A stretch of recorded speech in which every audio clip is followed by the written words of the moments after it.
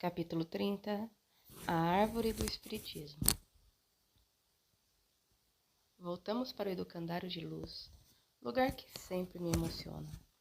Como seria diferente se todas as pessoas que agridem, que caluniam, tivessem uma só aula nessa bendita casa? Fomos entrando, caminhamos por suas imensas galerias, repletas de retratos dos grandes homens que escreveram a história de amor ao próximo no plano físico. Parei diante de Allan Kardec e pedi a Deus por todos os espíritas, principalmente aqueles que ainda não deixaram que o perfume da humildade se alojasse em seus corações. Luiz Sérgio, falou Tomás, vamos para a ala 33. E assim os acompanhei. Era um auditório redondo, o palco composto de painéis eletrônicos. Depois que nos acomodamos, foi sendo mostrada a vida dos grandes espíritas, a luta de cada um para cumprir sua missão. Quantos exemplos de vida! Em um dos painéis brilhava Deuteronômio, capítulo 6, preceito de amor a Deus. Em outro, apareciam os grandes espíritas e suas obras estas que devem ser consultadas por todos. William Crookes, Camille Flammarion, Paul Guivier, Leon Denis, Gabriel Delane, Ernesto Bozano, Alexandre Aksakov e muitos outros. As partes mais importantes para a doutrina eram colocadas no painel. Fiquei deslumbrando com o livro Cristianismo e Espiritismo, de Leon Denis, capítulo 8, Decadência do Cristianismo. O cristianismo tinha por missão recolher, explicar, difundir a doutrina de Jesus, fazendo dela o estatuto de uma sociedade melhor e mais feliz. Soube ele desempenhar essa grande tarefa? Julga-se a árvore pelos frutos, diz a Escritura. Reparai na árvore do cristianismo. Verga ela ao peso de frutos de amor e de esperança? A árvore, indubitavelmente, conserva-se sempre gigantesca, mas, na ramaria, quantos galhos não foram decepados, mutilados, quantos outros não secaram infecundos? Pensei, a Igreja fez isso com o cristianismo. Queira Deus os espíritas não mutilem a árvore da doutrina. O amor deve ser o único caminho de um espírita, e quem busca a doutrina quase sempre está muito carente. Os livros eram ali expostos, assim como referências sobre os autores e suas vidas de dedicação. Logo apareceram os livros. O Livro dos Espíritos, 18 de abril de 1857. Depois, o Livro dos Médiuns, 1861. O Evangelho segundo o Espiritismo, 1864. O Céu e o Inferno, 1865. A Gênese, 1868, que constituem o Pentateuco espírita. Neles estão organizados os ensinos revelados pelos Espíritos, formando uma coleção de leis. Estes livros foram escritos pelos Espíritos. Allan Kardec não criou o Espiritismo. Ele foi o seu codificador. Allan Kardec escreveu o que é o Espiritismo, Introdução ao Estudo Espírita e o Principiante Espírita. Obras póstumas reúne os escritos e apontamentos seus, que deixou inéditos.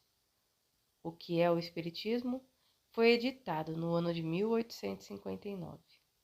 Obras póstumas no ano de 1890.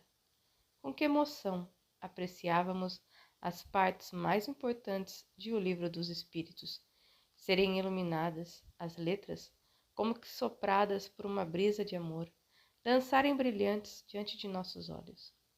Eram as pérolas do colar do saber que nós precisávamos e tentamos passar para você. Mas os nossos livros são muito simples, principalmente diante dos clássicos da doutrina.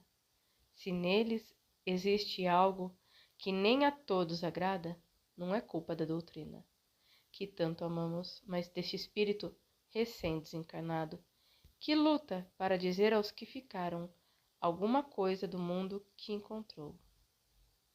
Mas quero que os grandes estudiosos se conscientizem de que não existe doutrina alguma baseada na desunião. Nesses dias que estivemos no jardim da infância do educandário de luz, pudemos compreender o quanto é grande a responsabilidade dos que desejam ser donos da verdade. Porque, como o cristianismo, a doutrina nos foi entregue límpida e cristalina. Ninguém tem o direito de destruí-la. Não são livros simples, de linguagem pobre, que irão maltratar a árvore da doutrina. Muito pior são as cortantes lanças que, sem piedade, os maus espíritas arremessam contra o alicerce da fraternidade e do amor da doutrina. Todos somos responsáveis pela continuidade da doutrina, e jamais esse espírito teve a pretensão de se dizer escritor. Íamos mandando consolo aos nossos pais. Depois tentamos contar o que nos estava acontecendo, e assim os nossos livros foram chegando às suas mãos, leitor amigo. Posso dizer sem demagogia que nós os escrevíamos para você, para consolá-lo ou alertá-lo, principalmente se você é jovem. Mas não podem nos exigir uma linguagem rebuscada. Impossível, pois, estávamos conversando com você, como fazíamos quando encarnado. Esse livro, o seu objetivo é levá-lo até a cascata de luz, que vem a ser a doutrina espírita, onde somos apenas um raiozinho de sol, mas agradecidos a Deus, porque sabemos que os raiozinhos de sol são importantes para os que estão em trevas. Hoje, nós o convidamos a descobrir as belezas da doutrina. O que narramos aqui é bem pouco diante do muito que ela tem para nos oferecer. Os que se dizem espíritas têm de tomar cuidado para não deixarem cair uma folha sequer da árvore redentora. A primeira árvore foi recebida por Moisés. A segunda árvore, plantada por Cristo, cujos frutos os pobres, os leprosos, os oprimidos, enfim, todos os saborearam. Ele, o mestre dos mestres, não deixou ninguém sem socorro. Mas muitos, julgando defender a doutrina do Cristo, armaram exércitos, e quantos desencarnaram nas guerras religiosas? Quantos foram queimados pelos ditos cristãos, defensores do Cristo, quando o exemplo que ele nos deixou foi de mansidão e amor? Allan Kardec recebeu a semente e com humildade e fé a plantou e a viu germinar e tornar-se a terceira árvore, cujos frutos a humanidade tanto necessita. O consolo. A responsabilidade é muito grande. A árvore nos foi entregue. Não vamos arrancar os seus galhos, colocar enxertos, negar-lhe a água da caridade e do amor. A doutrina do Cristo, a doutrina consoladora, não tem soldados armados que ferem e matam sonhos e esperanças. O soldado do Cristo é um lutador que usa a arma do bom senso e do conhecimento, enfrentando os inimigos da doutrina, ou aqueles que não a conhecem, com a maior das armas deixadas por Jesus, os exemplos. Ali na minha frente, brilhando de luz, o livro dos Espíritos, Prolegômenos. Ocupa-te, cheio de zelo e perseverança, do trabalho que empreendestes com o nosso concurso, pois esse trabalho é nosso. Nele pusemos as bases de um novo edifício que se eleva e que um dia há de reunir todos os homens num mesmo sentimento de amor e caridade. Não te deixes desanimar pela crítica. Encontrarás contraditores encarniçados, sobretudo entre os que têm interesse nos abusos. Encontrá-los-ás mesmo entre os espíritos. Por isso que os que ainda não estão completamente desmaterializados procuram frequentemente semear a dúvida, por malícia ou ignorância. Prossegue sempre. Crê em Deus e caminha com confiança. Aqui estaremos para te amparar, e vem próximo o tempo em que a verdade brilhará de todos os lados. A vaidade de certos homens que julgam saber tudo e tudo querem explicar a seu modo dará nascimento a opiniões dissidentes. Mas todos os que tiverem em vista o grande princípio de Jesus se confundirão num só sentimento, o do amor do bem, e se unirão por um laço fraterno que prenderá o mundo inteiro. Estes deixarão de lado as miseráveis questões de palavras, para só se ocuparem com o que é essencial. E a doutrina será sempre a mesma. Quanto ao fundo, para todos os que receberem comunicações de espíritos superiores. Tudo era luz. A introdução, trazida como prolegômenos, nos convidava a refletir sobre os ensinos dos espíritos. Uma chuva de pétalas rosas caía sobre todos os presentes e suave música nos acariciava. Foi quando iniciou uma preleção. O orientador falou que o espírita não pode relutar em responder quando inquirido qual é a sua religião, e jamais dizer sou kardecista. Devemos responder sou espírita. Muitos dizem baixo espiritismo, alto espiritismo, espiritismo de mesa, espiritismo elevado.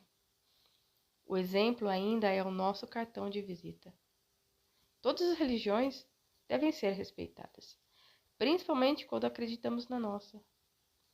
Muitos nos foi mostrado que todos os que desejam ser os donos da verdade ferem companheiros e jamais serão úteis a alguém que, se cada espírita não procurar atrapalhar a doutrina, já a estará ajudando, e que Jesus jamais se denominou mestre, e quanto à humildade, ele transmitiu que não basta dizer não faça isso, não faça aquilo, nem criar ídolos, como fizeram com o cristianismo.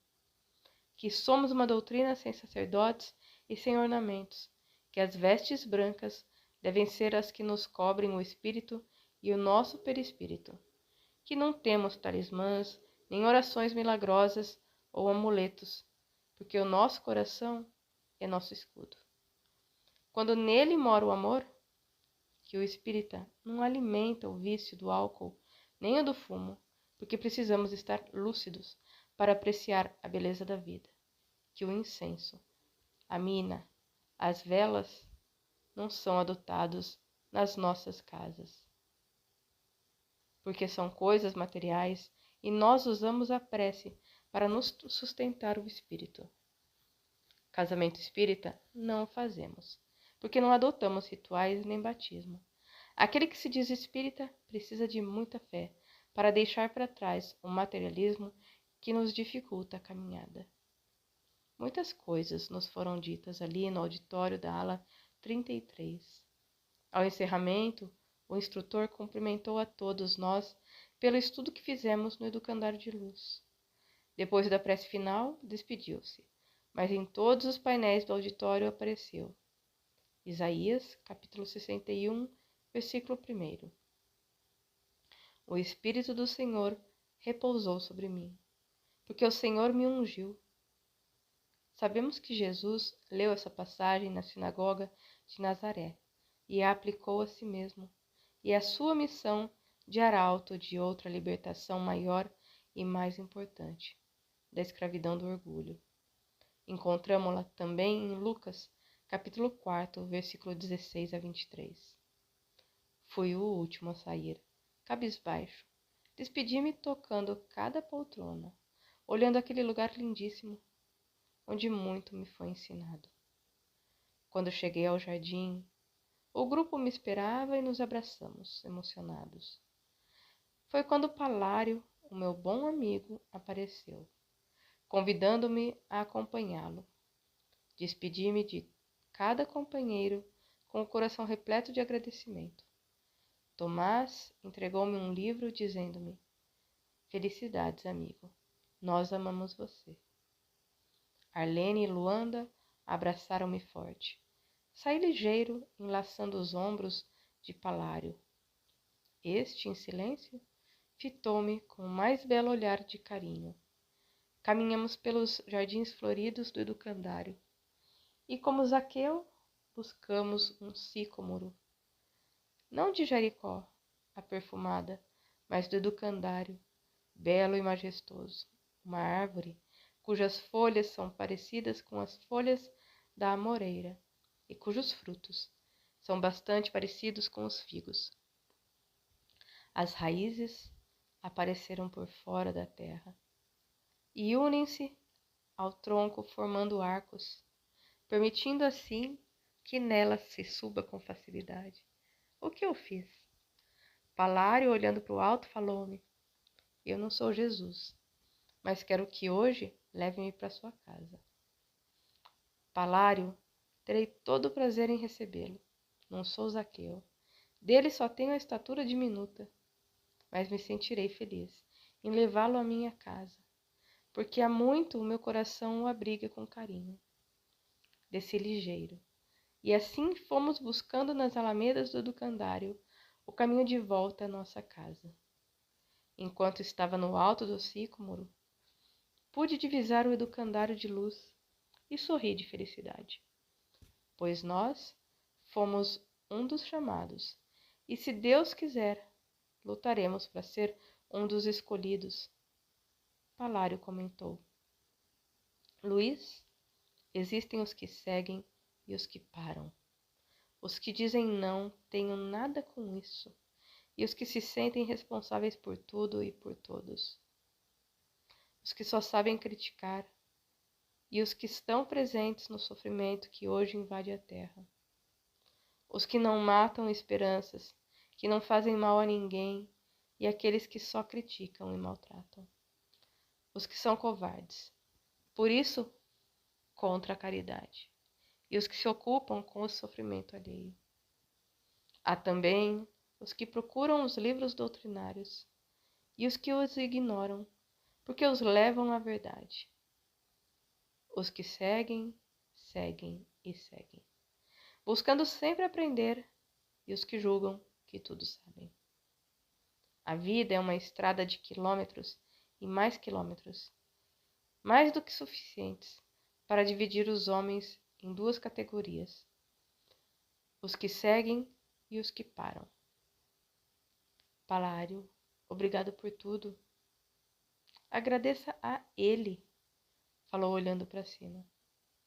Contemplei o céu, agradecido, e suas nuvens brancas formaram uma cascata de bênçãos. Sorri acenando para cima, dizendo: Obrigado, meu Deus. Luiz Sérgio. Fim.